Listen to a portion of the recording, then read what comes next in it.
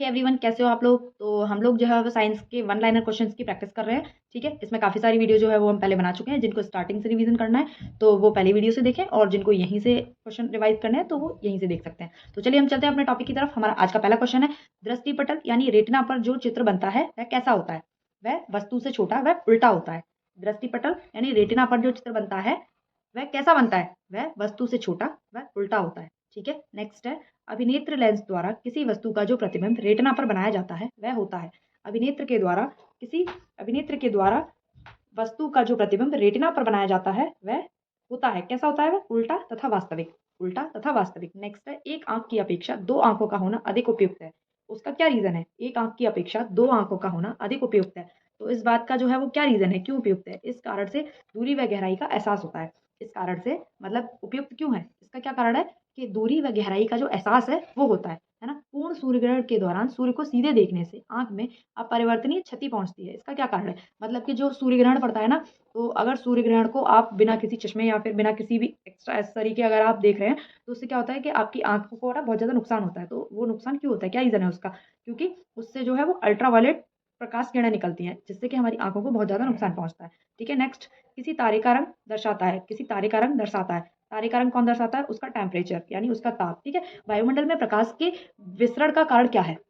वायुमंडल में जो प्रकाश का विसरण होता है उसका क्या कारण होता है, तो धूल के जो कण होते हैं वो प्रकाश के विसरण का कारण होते हैं। ठीक है, नेक्स्ट, निम्नलिखित कथनों पर विचार कीजिए। यदि मजेंटा और पीले रंग के दो वृत्त एक दूसरे को काटते हैं, यदि मजेंटा और पीले रंग के जो दो वृत्त है वो एक दूसरे को काटते हैं तो प्रतिच्छेदित क्षेत्र का रंग लाल होगा। तो प्रतिच्छेदित क्षेत्र का रंग जो है वो लाल होगा। नेक्स्ट, यदि सायन यानी कि हरताब नीला और मजेंटा रंग के दो वृत्त एक दूसरे को काटते हैं तो प्रतिच्छेदित क्षेत्र का रंग नीला होगा, है ना। उपयुक्त कथनों में से सही है। उपयुक्त ये दो जो कथन दिए हैं इसमें से हमें सही बताना है, तो इसमें पहला और दूसरा जो है वो दोनों ही कथन बिल्कुल सही है। नेक्स्ट है, प्रकाश का रंग निर्धारित होता है। प्रकाश का रंग जो है वो निर्धारित होता है किस पे, इसकी तरंग दैर्ध्य से। प्रकाश का रंग निर्धारित होता है तरंग दैर्ध्य की वजह से। ठीक है, सबसे लंबा तरंग दैर्ध्य क्या है, सबसे लंबा तरंग दैर्ध्य है क्या, लाल रंग का तरंग दैर्ध्य जो है वो सबसे लंबा तरंग दैर्ध्य है। ठीक है, सबसे कम वेवलेंथ यानी वेवलेंथ को हिंदी में क्या कहते हैं, तरंग दैर्ध्य। सबसे कम वेवलेंथ वाला प्रकाश होता है, तो सबसे कम वेवलेंथ वाला प्रकाश कौन सा होता है, बैंगनी, है ना। नेक्स्ट है, दृश्य वर्णक्रम में सबसे कम तरंग दैर्ध्य वाला रंग कौन सा है।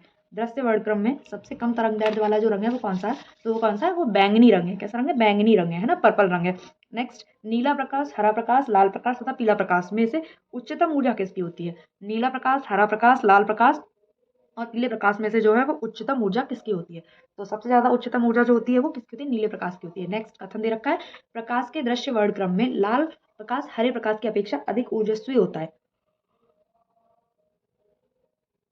प्रकाश के दृश्य वर्णक्रम में लाल प्रकाश जो है वो हरे प्रकाश की अपेक्षा अधिक ऊर्जस्वी होता है। कारण क्या है इसका, लाल प्रकाश का तरंग दैर्ध्य हरे प्रकाश के तरंग दैर्ध्य से अधिक होता है। लाल प्रकाश का जो तरंग दैर्ध्य होता है वो क्या होता है, हरे प्रकाश के तरंग दैर्ध्य से अधिक होता है ना। तो इसमें हमें सही और गलत बताना है। तो इसमें कथन ए जो है वो गलत है, और कारण जो आर दे रखा है वो बिल्कुल सही है। ठीक है, नेक्स्ट, हमें वास्तविक सूर्योदय से कुछ मिनट पूर्व ही सूर्य दिखाई देने लगता है। हमें वास्तविक सूर्योदय से मतलब कि जो जिस टाइम पे एग्जैक्ट सूर्य उदय होता है उस समय से कुछ देर पहले ही हमें सूर्य दिखाई देने लगता है। उसका क्या कारण है, तो प्रकाश का अपवर्तन। प्रकाश के अपवर्तन की वजह से हमें सूर्य जो है वो पहले दिखाई देने लगता है। नेक्स्ट है, क्षितिज के समीप सूर्य एवं चंद्रमा के दीर्घ वृत्ताकार दिखाई देने का कारण क्या होता है। क्षितिज के समीप सूर्य एवं चंद्रमा के दीर्घ वृत्ताकार दिखाई देने का जो कारण होता है वो क्या होता है, तो वो अपवर्तन होता है।